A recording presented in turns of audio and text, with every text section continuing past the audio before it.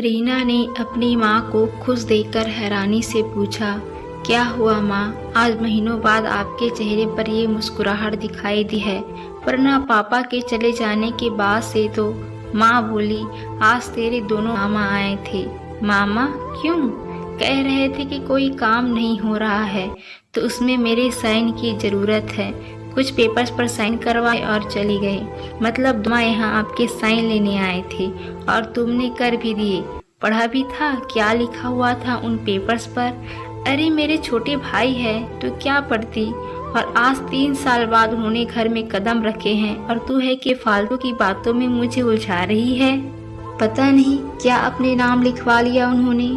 पागल है तू, हमारे पास है ही क्या, ये घर भी किराए का है और कोई जमीन जायदाद तो हमारी कभी थी ही नहीं। ये जो हम माँ बेटी सिलाई कढ़ाई करती है ना, मत भूल मेरे उन्हीं दोनों भाइयों की बदौलत है, वरना ना जाने कहाँ दर दर की ठोकरें खा रहे होते।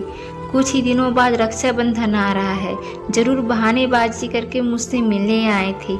मैं क्या समझती नहीं हूँ? छोटे जरूर है मगर है दोनों बड़े समझदार। बीते सालों में इस महामारी में नहीं आए थे मगर सगुन बराबर मनी ऑर्डर करते रहे और फिर तेरे पापा के अचानक चले जाने पर ये सिलाई मशीन से काम दिलवा दिया। वो सब तो ठीक है माँ, मगर मुझे कुछ गड़बड़ी लगती है। ये आजकल के रिश्ते बस एक दूसरे को लूटने को ही रह गए हैं। माँ बोली, रिश्ते कल भी प्यार और विश्वास के थे और आज भी है और आने वाले समय में भी प्यार और विश्वास के मजबूत खंभे पर टिके हुए ही रहेंगे। मगर रीना को अपनी माँ की बात पर यकीन नहीं हो रहा था। कुछ दिनों का पावन दिन भी आ गया। सुबह तकरीबन 9 बजे दरवाजे पर स्कूटी आकर रुकी। दोनों भाइयों को स्कूटी से उतरते हुए देखकर एक बार तो सुमन को भी विश्वास नहीं हुआ, क्योंकि बीते 2 सालों में उसके भाई न तो रक्षाबंधन और न ही भाई दूज पर आए थे। हाँ, उसके पिताजी जरूर आ जाते थे मगर बीते कुछ महीनों पहले वो भी स्वर्ग सिधार गए थे। प्रणाम दीदी। अरे तुम दोनों आओ ना। दोनों को अंदर बिठाकर सुमन ने रीना को जल्दी से मिठाई और राखी लाने के लिए पैसे पकड़ा दिए। क्या मंगवा रही हो दीदी? हम मिठाई और राखी लेकर आए हैं, ये देखिए। आप तो बस आकर प्यार से हमें बांध दीजिए। दोनों ने मुस्कुराकर कहा तो सुमन भी मुस्कुराते हुए जल्दी से बैठ गई। मगर रीना अब भी दोनों मामाओं को शंका से घूर रही थी।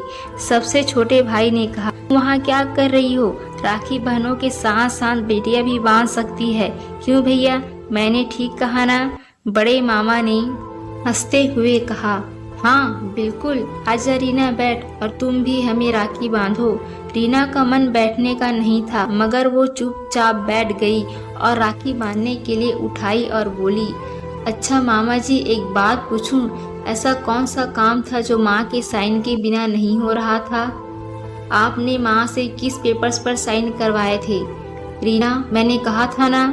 सुमन गुस्से से रीना को देखकर बोली, नहीं दीदी उसे मत डांटिए, बल्कि मैं तो कहूँगा शाबाश बेटा, ऐसे ही हमेशा सतर्क रहना चाहिए। दरअसल तुम्हारे नाना जी ने एक बड़े बाजार में एक प्रॉपर्टी ली थी जिसमें माँ को नॉमिनी बनाया था। हम दोनों भाइयों ने बहुत कोशिश की मगर वो अपने नाम नहीं करवा पाए, क्योंकि तुम्हारी मम्मी के साइन के बिना ये मुमकिन नहीं था। तो बस उस दिन वही करवाने आए थे। दोनों मामाओं की बात सुनकर रीना गुस्से से लाल होकर बोली, सुन लिया आपने? मैं न कहती थी ये रिश्ते बस एक दूसरे को लूटने के लिए ही बनाए जाते हैं। ऐसा कहकर रीना उठकर दूसरे कमरे में चली गई। वहीं दूसरी ओर सुमन भीगी हुई पलकों को साफ करते हुए चुपचाप दोनों भाइयों को राखी बांधने लगी। मगर दोनों भाई ये सब देखकर भी मुस्कुरा रहे थे।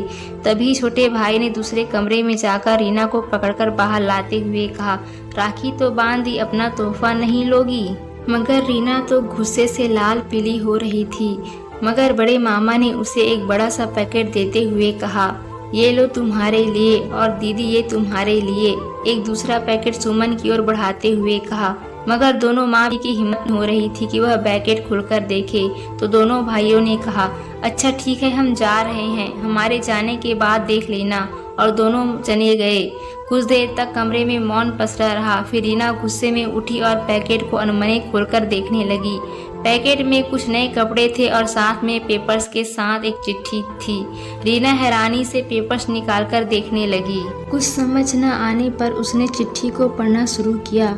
दीदी, आज रक्षाबंधन है। यूँ तो हम दोनों आपसे छोटे हैं, मगर माँ के बाद आप में ही हमने माँ का रूप देखा है। आपने हमें छोटे भाइयों की तरह नहीं बल्कि बेटों की तरह प्यार और दुलार दिया है। दीदी, पापा के साथ मिलकर हमने एक प्रॉपर्टी खरीदी थी जिसमें आपका नाम भी शामिल था, ताकि हमारी भांजी की शादी तक उसके विवाह हेतु कुछ राशि जमा हो जाए। अब पापा तो रहे नहीं और उधर जीजाजी भी नहीं रहे, और कल किसने देखा है दीदी, आप किराए के घर में रहे और हम अपने खुद के घर में। ये हमें अच्छा नहीं लगता, इसलिए हमने उस प्रॉपर्टी पर एक दुकान और ऊपर एक घर बनवाया है, ताकि आप दुकान पर सिलाई कढ़ाई का काम करो और ऊपर मकान में रह सको। दुकान मकान आपके नाम पर हो, इसलिए उन पेपर्स पर आपके साइन जरूरी थे। ये वही पेपर्स है दीदी, आप सिलाई जानती थी को भी इसकी समझ पड़ सके, ताकि भविष्य में आप दोनों आत्मनिर्भर बनी रह सको, इसलिए हमने आपको सिलाई का काम दिलवाया। वैसे छोटे बड़ों को कुछ दे नहीं सकते, मगर आप बड़े हो तो अपने भाइयों अपने बेटों पर अपना आशीर्वाद बनाए रखिएगा। और हाँ, जब नाराज़गी दूर हो जाए तो फ़ोन कर दीजिएगा। आखिरकार शिफ्टिंग भी तो करवानी है। क्यों आ गई ना चेहरे पर मुस्कुराहट? बस ऐसे ही हमेशा मुस्कुराते हुए रहना। चिट्ठी पढ़ रही रीना के साथ साथ सुमन भी रो पड़ी और रूंधे गले से बोली, मुझ में माँ का रूप दिखाई देता है। झूठे, खुद पिता बन बेटी की तरह प्यार करते हैं।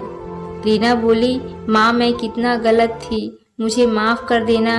आप बहन भाई एक दूसरे से इतना प्यार करते हैं। केवल हम नहीं, दुनिया का हर भाई जरूरत पड़ने पर पिता और हर बहन जरूरत पड़ने पर माँ का रूप ले लेती है, कहकर सुमन ने रीना को दोनों भाइयों को फ़ोन लगाने को कहा। अगर भाई बहन की ये कहानी आपको अच्छी लगी तो लाइक और शेयर ज़रूर करें। धन्यवाद।